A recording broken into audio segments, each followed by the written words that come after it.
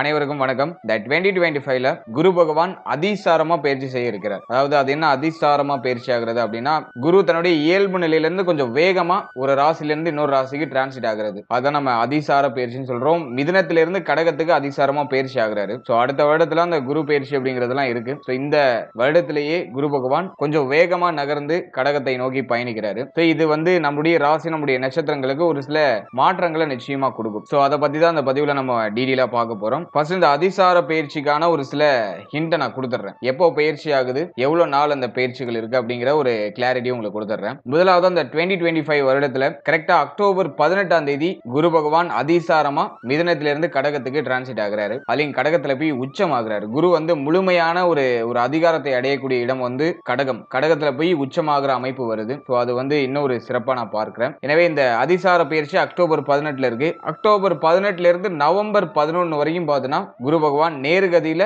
அதிசாரமாக உச்ச நிலையில டிராவல் பண்ணுவார். அதே போல நவம்பர் 11ல இருந்து டிசம்பர் 19 வரைக்கும் வக்ரகதி அடைந்து கடகத்திலேயே டிராவல் பண்ணுவார். ஒரு உச்ச கிரகம் வக்ரம் ஆகும்போது நீச்ச பலனை செய்யுங்கிற ஒரு அமைப்பு இருக்கு. அது நவம்பர் 11ல இருந்து டிசம்பர் 19 வரைக்கும் அந்த நீச்ச அமைப்புல டிராவல் பண்ணுவார். எனவே இந்த அதிசார பயிற்சியை நம்ம ரெண்டு பகுதியா பலன்கள் பார்க்கலாம். ஃபர்ஸ்ட் பார்ட் பாத்தீங்கன்னா அக்டோபர் 18ல இருந்து நவம்பர் 11 வரைக்கும் உச்ச அமைப்புல கடகத்துல டிராவல் பண்ணுவாரு. அதே போல நவம்பர் 11ல இருந்து டிசம்பர் 19 வரைக்கும் வக்ரமாகி நீச்ச பலனை தரக்கூடிய அமைப்புல கடகத்திலேயே வக்ரத்துல டிராவல் பண்ணுவாரு. இத ரெண்டு பகுதியா பிரித்து நம்ம பலன்களை பார்க்கலாம். இது நம்முடைய ராசி மற்றும் நம்முடைய நட்சத்திரத்துக்கு எப்படி இருக்கு, இந்த குரு பகவான் அதிசார பயிற்சியாகி பிளஸ் வக்ரம் ஆகிற அமைப்பு எப்படி இருக்கு அப்படிங்கறத இந்த பதிவுல நம்ம டீடெயிலா கிளியரா நட்சத்திர பலன் வைஸா நம்ம பார்க்கலாம். அதே போல இந்த அதிசார பயிற்சி எவ்வளவு நாள் இருக்கு அப்படின்னு பார்க்கும்போது சுமார் ஒரு 62 நாட்கள் அந்த அதிசார பயிற்சி இருக்கும். மிதுனத்தை விட்டு கடகத்துல சுமார் ஒரு 62 நாட்கள் டிராவல் பண்ணுவாரு. அதுல ஒரு 24 நாட்கள் பார்த்தோம்னா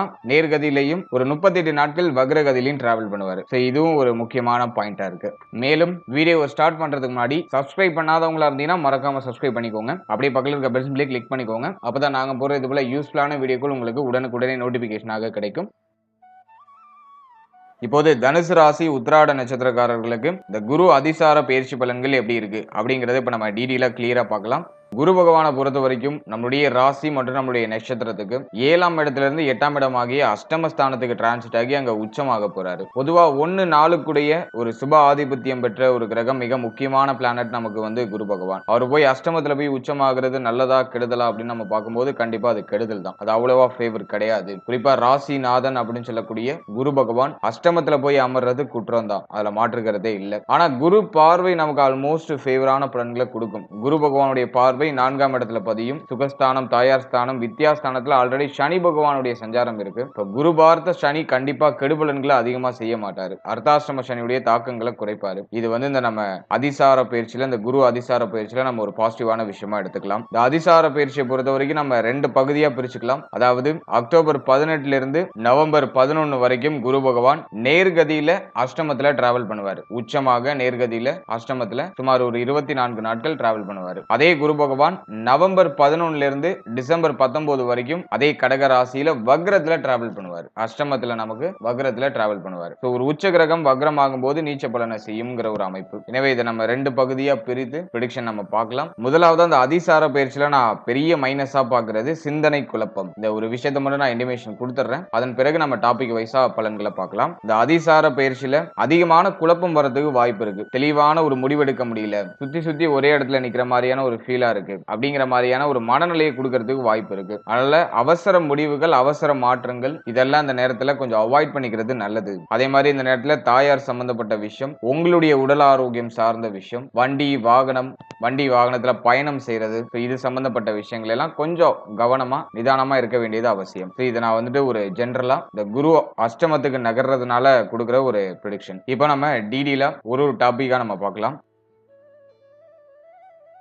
முதலாவதா தொழில், உத்தியோகம் இது சம்பந்தமான விஷயம் இந்த அதிசார பயிற்சியில எப்படி இருக்கும் அப்படின்னு நம்ம பார்க்கும்போது, ஜீவனஸ்தானத்துல சனி பகவானுடைய பார்வை நிறைய பேருக்கு தொழில் உத்தியோகத்துல ஒரு திருப்தி இல்லாத மனநிலை ஆல்ரெடி இருக்கும். பிடிக்காத வேலையை பிடிச்ச மாதிரி செய்ய வேண்டிய சூழ்நிலை, ஃபேமிலி கமிட்மெண்ட் காரணமா வேற வழி இல்ல, இந்த வேலையை நம்ம பார்த்துதான் ஆகணும் அப்படின்னு சொல்லிட்டு பல்ல கடிச்சு நகர்த்திட்டு இருக்கும். நிறைய பேருக்கு தொழில் உத்தியோகத்துல ஒரு தன்னிறைவு அடைய முடியல. தொழில் உத்தியோகம் சார்ந்த விஷயங்கள்ல நிறைய கவலை, கலக்கம், குழப்பம்லாம் இருக்கு. சுமை அமைப்புகளும் இருக்கு. இந்த அதிசார பயிற்சி இதுக்கு ஏதாச்சும் நமக்கு பாசிட்டிவான பாசிட்டிவான ரிசல்ட்டை கொடுக்குதா அப்படின்னு நம்ம பார்க்கும்போது அது கொஞ்சம் மைனஸா தான் இருக்கு. இப்ப நிறைய பேருக்கு தொழிலை சேஞ்ச் பண்ணுவோமா, உத்தியோகத்தை சேஞ்ச் பண்ணுவோமா, தொழில் உத்தியோகத்துல இன்னும் கொஞ்சம் மேலிடத்துக்கு போனா நல்லா இருக்கும், ப்ரமோஷன் கிடைச்சா நல்லா இருக்கும், சம்பள உயர்வு கிடைச்சா நல்லா இருக்கும் அப்படிங்கிற மாதிரியான எதிர்பார்ப்புகளை அதிகமா கொடுக்கும். இப்போ வந்து தொழில் உத்தியோகம் சார்ந்த வகையில குழப்பத்தன்மைகள் அதிகமா இருக்கும். எனவே இந்த காலகட்டத்தை பொறுத்த வரைக்கும் தொழில் உத்தியோகம் சார்ந்த விஷயங்கள்ல பிக்கஸ்ட் சேஞ்சஸ் எதுவும் பண்ண வேண்டாம். ஆல்ரெடி இருக்கிறத ஜஸ்ட் மூவ் ஆன் பண்ணுங்க. அதே மாதிரி இந்த நேரத்துல உணர்ச்சி வசப்பட்டுட்டு நான் வேலையை ரிசைன் பண்றேன், நான் இருக்கிற வேலையை விட்டுட்டு வேற ஏதாச்சும் புதுசா ட்ரை பண்ணலாம்னு இருக்கேன், பிசினஸ் பண்ணலாம்னு இருக்கேன் அப்படின்னு சொல்லிட்டு ஹை ரிஸ்க் எதுலையும் எடுக்காதீங்க. இப்போ என்ன இருக்கோ அதை அப்படியே நகர்த்துங்க. சுமையான அமைப்புகள் அதிகமா இருக்கும். அந்த சுமை அமைப்புகள் இருந்தாலும் பரவாயில்ல, அப்படியே பல்ல கடிச்சு நகர்த்துங்க. அது உங்களுக்கு காலப்போக்கில் சுபமான மாற்றமாக மாறும். கண்டிப்பா இப்போதைக்கு கொஞ்சம் டஃபா தான் இருக்கு. ஒரு 80% பீப்புள் வந்து பார்த்தோன்னா பிடிக்காத வேலையை வேற வழி இல்லாம பார்த்துட்டு இருக்க மாதிரியான அமைப்பு தான். அதுல மாற்றுக்கிறதே இல்ல. பிடித்த வேலை கூட ஒரு மாதிரி பேர்ன் அவுட் ஆகிற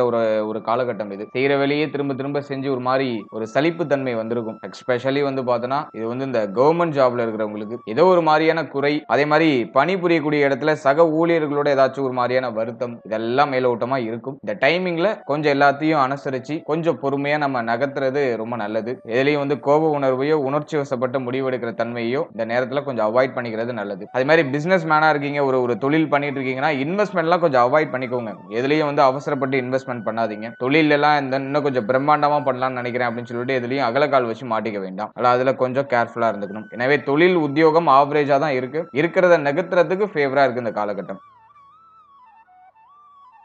அடுத்த பொருளாதாரம் இந்த அதிசார பயிற்சியில எப்படி சப்போர்ட் பண்ண போகுது அப்படின்னு பார்க்கும்போது பொருளாதாரத்தை பொறுத்த வரைக்கும் நிறைய கமிட்மெண்ட் இருக்கு, தேவை அதிகமா இருக்கு, நிறைய செலவு இருக்கு. இப்போ குருவுடைய பார்வை 12ஆம் இடத்துல, எனவே சுப விரய செலவுகள் அதிகமா இருக்கும். இந்த நேரத்துல நீங்க செய்யற செலவு அர்த்தமுள்ள செலவா இருக்கும். பண தேவை அதிகரிக்கும், அதுல மாற்றுக்கிறதே இல்ல. மைண்ட் ஃபுல்லா இப்ப பணத்தை நோக்கியே போயிட்டு இருக்கும். பண தேவை அதிகரிக்கும். ஆனா சுப விரய செலவுகள் தான் அதிகமா இருக்கும். நீங்க செய்யற செலவு அர்த்தமுள்ள செலவா இருக்கும், நியாயமான செலவா இருக்கும். நீண்ட நாள் கமிட்மெண்ட்லாம் இப்ப ஃபுல்ஃபில் பண்ணுவீங்க. ரொம்ப நாளா உங்களுக்கு இருந்த அந்த கமிட்மெண்ட் சுமையெல்லாம் இப்ப குறைப்பீங்க. அதெல்லாம் நம்ம பாசிட்டிவா பார்க்கலாம். அதே மாதிரி வண்டி வாகனம் வீடு சம்பந்தப்பட்ட விஷயம், தாயார் சம்பந்தப்பட்ட விஷயம், இதுல எல்லாம் அடிக்கடி செலவு ஏற்பட வேண்டிய ஒரு சூழ்நிலைகள்லாம் இருக்கும். இந்த டைமிங்ல அப்ப சொன்ன விஷயங்கள் சார்ந்த விஷயங்கள் எல்லாம் செலவுகள் அதிகமா இருக்கும். அடுத்து ஃபேமிலியில நிறைய கமிட்மெண்ட் இருக்கும். ஃபேமிலியில சுப விசேஷம் சுப மாற்றத்திற்கான அறிகுறிகள்லாம் தென்படும். அது சார்ந்த வகையில செலவுகள்லாம் இருக்கும். எனவே பொருளாதார நெருக்கடி உண்டு. ஆனா அதை சமாளிக்கிறீங்க, எல்லாத்தையும் ஃபுல்ஃபில் பண்றீங்க, தேவைகள் எல்லாம் நிவர்த்தி பண்றீங்க, மகிழ்ச்சியான செலவு பண்றீங்க. அந்த மாதிரியான அமைப்புகள்ல தான் இருக்கு. அல்லது இதை நம்ம பெருசா நெகட்டிவா எடுத்துக்க வேண்டாம். இருப்பினும் பொருளாதாரம் சார்ந்த விஷயங்களை கொடுத்தல் வாங்கல், கடன் கொடுக்கிறது கடன் வாங்குறது, இது சம்பந்தமான விஷயங்கள கவனமா இருக்கணும். இந்த நேரத்துல கொடுக்கிற பணம் திரும்ப கைக்கு வரதுக்கு ரொம்ப லேட் ஆகும். அதுல கொஞ்சம் அண்டர்ஸ்டாண்டா இருந்துக்கோங்க. யாரை நம்பி பண உதவி எல்லாம் பண்ண வேண்டாம். அதெல்லாம் கொஞ்சம் அவாய்ட் பண்ணிக்கிறது நல்லது.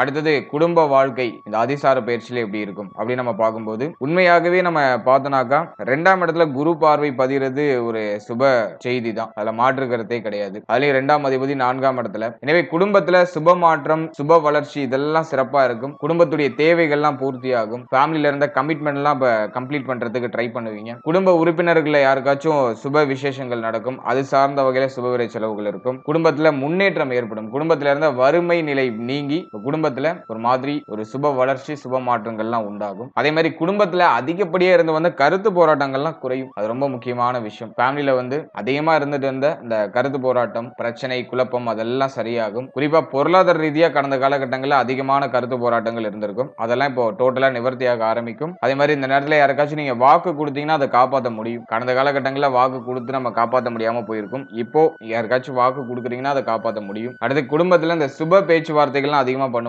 ஃபேமிலில யாருக்காச்சும் நல்ல விஷயம் சம்பந்தமா நல்ல மாற்றம் சம்பந்தமாக பேச்சுவார்த்தைகள்லாம் நடக்கும். அதெல்லாம் பாசிட்டிவா இருக்கு. ஃபேமிலியை பொறுத்த வரைக்கும் குடும்பம் கலை இழந்து இருந்த நிலை இப்போ நீங்கி மீண்டும் குடும்பத்துல ஒரு மகிழ்ச்சி தாண்டவம் அப்படிங்கிறது சிறப்பாக கிடைக்க ஆரம்பிக்கும். அடுத்து திருமண முயற்சி திருமண வாழ்க்கை இதெல்லாம் நம்ம அனலைஸ் பண்ணும்போது குரு பலம் குறையுது. 7ஆம் இடத்துல பாவகிரகங்களுடைய ஆதிக்கம் எதுவும் இல்ல. அர்த்தாஷ்டம சனி நடந்துட்டு இருக்கு. ஆனா குரு பார்வையில வந்துடுறாரு. எனவே இந்த காலகட்டத்தை பொறுத்த வரைக்கும் திருமண முயற்சிகள்ல சில தடை தாமதங்கள் இருக்கும். இருப்பினும் அந்த திருமணம் சார்ந்த பேச்சுவார்த்தைகள்லாம் குடும்பத்துல நடக்க ஆரம்பிக்கும். தடை தாமதத்தோட ஒரு சில வருத்தங்களுக்கு பிறகு திருமண முயற்சிகள்ல சுப செய்திகள் கிடைக்கும். சூப்பர் பாசிட்டிவா இருக்குன்னு சொல்ல முடியல. இருப்பினும் பரவாயில்ல. ஏன்னா குரு ஸ்தானபல அமைப்புல தான் இருக்காரு. 8ல இருந்தாலும் ஸ்தானபல அமைப்புல இருக்காரு. 7ஆம் இடத்தை எந்த கிரகமும் பங்கப்படுத்தல, பாதிக்கல. அதனால வந்து தடை தாமதத்தோட சுப செய்திகள் அப்படிங்கிறது கிடைக்கும். இப்போ வந்து நிறைய பேருக்கு வந்து திருமணம் சார்ந்த குழப்பங்கள் மனசுல நிறைய போயிட்டு இருக்கும். அப்படி இல்லைன்னா கவலைன்னு சொல்லலாம். திருமணம் சார்ந்த கவலை அல்லது குழப்பம். எனக்கு பிடிக்கல, வீட்டுல பிரஷர் பண்றாங்க அப்படிங்கிற மாதிரியான மனநிலை, அல்லது ரொம்ப நாளா ட்ரை பண்ணிட்டு இருக்கோம் ஆனா ஒன்னும் கிளிக் ஆக மாட்டேங்குது, ஒரு நல்ல ஜாதகம் கிடைக்க மாட்டேங்குது அப்படிங்கிற மாதிரியான கவலை ஏதாச்சும் அப்படியே மனசுல ஓடிட்டு இருக்கும். தடை தாமதத்தோட சில வருத்தங்களுக்கு பிறகு திருமண முயற்சிகள்ல சுப செய்திகள் கிடைக்கும். அடுத்து திருமண வாழ்க்கையை நம்ம அனலைஸ் பண்ணும்போது 7ஆம் இடம் சுத்தமா இருக்கு, பிரச்சனைகள் எதுவும் இல்ல. எனவே வாழ்க்கை துணை சார்ந்த வகையில இருந்த வருத்தம், கவலை, குழப்பம் எல்லாம் சரியாகும். வாழ்க்கை துணையாரோட ஏதாச்சும் பிரச்சனைகள் எல்லாம் போயிட்டு இருந்துச்சுன்னா அதெல்லாம் சரியாகும். வாழ்க்கை துணையால குடும்பத்துல ஏதாச்சும் வருத்தம் நிகழ்ந்து இருந்துச்சுன்னா அதுவும் இப்ப சரியாகும். எனவே திருமண வாழ்க்கையை பொறுத்த வரைக்கும் மேஜரா ட்ரபிளா இல்ல. வாழ்க்கை துணையோட ஒரு மாதிரி மகிழ்ச்சி, வாழ்க்கை துணையுடைய ஆதரவு, வாழ்க்கை துணையால ஆதாயம், இப்படி ஒரு சுப மாற்றமா தான் இருக்கு. பெருசா நெகட்டிவா இல்ல. கடந்த காலகட்டங்களில் ஏதாச்சும் பிரச்சனை இருந்தாலும் அது இப்போ சரியாயிடும். அடுத்து காதல் உறவு, காதல் வாழ்க்கை சார்ந்த விஷயம் இதெல்லாம் நம்ம அனலைஸ் பண்ணும்போது 5ஆம் இடமும் இப்போ சுத்தமா தான் இருக்கு. 5ஆம் இடத்துல எந்த கிரகத்துடைய பாதிப்பும் இல்ல. குரு மட்டும் நமக்கு வந்து பார்த்தோன்னா அஷ்டமத்திலையும் அர்த்தாஷ்டம சனியுடைய பாதிப்பும் மன ரீதியா ஒரு மாதிரி தாக்கத்தை மாத்தி மாத்தி கொடுக்கும். ஒரு விஷயத்துல கான்பிடென்டே இல்ல, இந்த காதல் உறவுல ஒரு மாதிரி கான்பிடென்ட் இல்ல, காதல் உறவு திருமண உறவா கன்வெர்ட் ஆகும் அப்படிங்கிற ஒரு நம்பிக்கை இல்ல, அப்படிங்கிற மாதிரியான ஒரு மனநிலையை கொடுக்கும். ஆனா 5ஆம் இடம் சுத்தமா இருக்கு. லவ் பார்ட்னரால ஒரு அளவுக்கு ஆதாயம், அவருடைய ஒத்துழைப்பு, நம்ம கொஞ்சம் மன ரீதியா வீக்கா இருக்கும்போது அவங்க நமக்கு சப்போர்ட்டிவா இருக்கிறது, இதெல்லாம் பாசிட்டிவா இருக்கு. ஆனா ஒரு மாதிரி கான்பிடென்ட் வரலங்கிற மாதிரியான ஒரு அமைப்பு, குழப்ப அமைப்புகள், மன ரீதியா நிறைய குழப்பங்கள் இருக்கும். இதை வந்து இந்த காதல் உறவுகள்ல காமிக்குது. காதல் உறவை திருமண உறவா கன்வெர்ட் பண்ணலாமா அப்படின்னா இப்போதைக்கு அவ்வளவா ஃபேவரா இல்ல. ஏன்னா குரு பலம் அப்படிங்கிறது கொஞ்சம் டிம்மா தான் இருக்கு. குரு வக்ர பெயர்ச்சிக்கு பிறகு வேணா ட்ரை பண்ணலாம். இப்போதைக்கு கொஞ்சம் கவனமா இருக்கணும், பொறுமையா இருக்கணும், அவசரப்படாம இருக்கிறது நல்லது. அடுத்தது குழந்தை பாக்கியம், பிள்ளைகள் சார்ந்த விஷயம் இதெல்லாம் எப்படி இருக்கு அப்படின்னு நம்ம பார்க்கும்போது 5ஆம் இடம் சுத்தமா தான் இருக்கு. 5ஆம் இடத்துல பிரச்சனைகள் இல்ல. அல்ல குழந்தை பாக்கியம் இல்லாதவங்களுக்கு தடை தாமதத்தோட ஒரு சில மருத்துவ செலவுகளுக்கு பிறகு குழந்தை பாக்கியத்துல சுப செய்திகள் கிடைக்கும். ஏன்னா குரு வந்து புத்திரக்காரகன்னு சொல்லுவோம். குரு போய் அஷ்டமத்துல அமர்ந்து இருக்கிறதுனால சில தடை தாமதங்கள் நிகழ வாய்ப்பு இருக்கு. ஆனா குழந்தை பாக்கியத்துல சுப செய்திகள் கிடைச்சிடும். அடுத்தது பிள்ளைகள் சார்ந்த வகையில் இருந்த பிரச்சனைகள், குழப்பங்கள் எல்லாம் சரியாகும். பிள்ளைகளுடைய எதிர்காலம் பற்றி இருந்த கவலைகள் குறைய ஆரம்பிக்கும். பிள்ளைகளால ஆதாயம், பிள்ளைகளுடைய ஒத்துழைப்பு அதெல்லாம் பரிபூர்ணமா கிடைக்கும். பிள்ளைகள் சார்ந்த வகையில இருந்த கவலை கலக்கம்லாம் சரியாகும். பிள்ளைகளுக்கு சுப விசேஷம் சம்பந்தமான பேச்சுவார்த்தைகள் குடும்பத்துல நடக்க ஆரம்பிக்கும். பிள்ளையுடைய எதிர்காலத்தை நினைச்சு இருந்த அந்த அதீதமான கவலைகள்லாம் இப்ப குறையும். அடுத்த பிள்ளைகள் இப்போ உங்களுடைய சொல் பேச்சு கேட்பாங்க, உங்களுக்கு ஃபேவரா இருப்பாங்க. நிறைய நல்ல மாற்றங்கள் அப்படிங்கிறது இந்த அதிசார பயிற்சியில பிள்ளைகள் சார்ந்த விஷயங்கள்ல ஏற்படும். அதனால பிள்ளைகள் சார்ந்த விஷயம்லாம் பெருசா நெகட்டிவா இல்ல. இந்த டைமிங்ல கோப உணர்வு அதிகமா வரும், எல்லாத்துக்கும் உணர்ச்சி வசப்படுவோம், நிறைய குழப்பம் இருக்கும், மைண்ட் ஏதாச்சும் ஒரு விஷயத்தை யோசிச்சுக்கிட்டே இருக்கும். இதுதான் பெரிய நெகட்டிவ். மற்றபடி பிள்ளைகள் சம்பந்தமான விஷயங்கள் எல்லாம் எதுவும் நெகட்டிவா இல்ல. பிள்ளைகள் மேல கோப உணர்வுகளை காட்டாம இருக்கிறது நல்லது. அடுத்தது மாணவ மாணவிகளுக்கு இந்த காலகட்டம் எப்படி இருக்கு அப்படின்னு பார்க்கும்போது படிப்பு சார்ந்த விஷயங்களை பொறுத்த வரைக்கும் குழப்பம் தான் நிறைய இருக்கு. ஸ்டூடெண்ட்ஸுக்கு வந்து எது படிக்கிறது, எதை நோக்கி நம்ம டிராவல் பண்றது, நம்ம போற பாதை கரெக்ட் தானா அப்படிங்கிற மாதிரியான குழப்பம் நிறைய இருக்கும். நிறைய டிஸ்ட்ராக்ஷன்ஸ் இருக்கும். படிப்புல ஃபோக்கஸ் பண்ண முடியாத சூழ்நிலைகள் நிறைய இருக்கு. அதனால இந்த டைமிங்கை பொறுத்த வரைக்கும் நல்லா மெடிடேஷன் பண்ணணும். கண்டிப்பா ஸ்டூடெண்ட்ஸ் வந்து மெடிடேஷன்ல ஈடுபடுறது ரொம்ப நல்லது. நல்லா மெடிடேட் பண்ணிட்டு படிக்க ஸ்டார்ட் பண்ணுங்க. படிக்கிறது மறக்குது, படிக்கிறதெல்லாம் மைண்ட்ல நிக்க மாட்டேங்குது, படிக்கிறதுக்கு ஆர்வமே வரல அப்படிங்கிற மாதிரியான அமைப்புகளை இந்த குரு அதிசார பயிற்சி காமிக்குது. ஆனா குருவுடைய பார்வை 4ஆம் இடத்துல இருக்கிறதுனால ஏதோ பல்ல கடிச்சிட்டு நகர்த்துவீங்க, பல்ல கடிச்சிட்டு அதை படிச்சு முடிச்சிடணும், காலேஜ்ல ஓரளவுக்காச்சும் ஸ்கோர் பண்ணிடணும், ஜஸ்ட் கிளியராச்சும் பண்ணிடணும் அப்படிங்கிற மாதிரி படிக்கிறதுல அப்படியே கொஞ்சம் பல்ல கடிச்சிட்டு நகர்த்துற அமைப்பு தான். நீங்க ஃபுல் ஃபோக்கஸ்டா இருந்தீங்கன்னாக்கா டெஃபினட்டா இங்க நல்ல ஸ்கோர் பண்ண முடியும். படிப்புல கொஞ்சம் டிம்மான அமைப்பு இருக்கு. அதனால வந்து உங்களை நீங்க உற்சாகமா வச்சுக்கிறதுக்கு ட்ரை பண்ணுங்க. மைண்ட்ல இருக்கிற அந்த குழப்பத்தை எல்லாம் கொஞ்சம் தள்ளி வச்சிருங்க. மன ரீதியா ஒரு மாதிரி தாக்கம், மன ரீதியா ஒரு மாதிரி குழப்பம்லாம் நிறைய இருக்கும். அதனால அதெல்லாம் கொஞ்சம் தள்ளி வச்சுட்டு படிக்கிறதுல ஃபோக்கஸ் பண்ணுங்க. அது உங்களுக்கு இன்னும் சிறப்பான ஒரு வளர்ச்சியை கொடுக்கும்.